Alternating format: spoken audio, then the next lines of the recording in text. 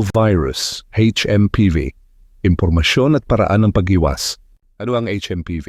Ang Human Metapneumovirus, HMPV, ay isang uri ng respiratory virus na unang natuklasan noong 2001. Kadalasan, nagdudulot ito ng mga sintomas. Mula sa karaniwang sipon hanggang sa malalang impeksyon sa baga tulad ng pneumonia, mga sintomas ng HMPV. Banayad na kaso, sipon, ubo, pananakit ng lalamunan at lagnat. Malalang kaso, hirap sa paghinga, wheezing, bronchitis o pneumonia. Ang mga sumusunod ay mas nanganganib magkaroon ng malubhang kaso, mga bata, matatanda, baka may mahinang immune system, taong may sakit sa baga o puso. Paano kumakalat ang HMPV? Respiratory droplets. Kapag bumahing o umubo ang may impeksyon, malapit ang kontak sa taong may sakit. Kontaminadong bagay o ibabaw kapag hinawakan at nailipat sa ilong o bibig. Paraan ng pag-iwas.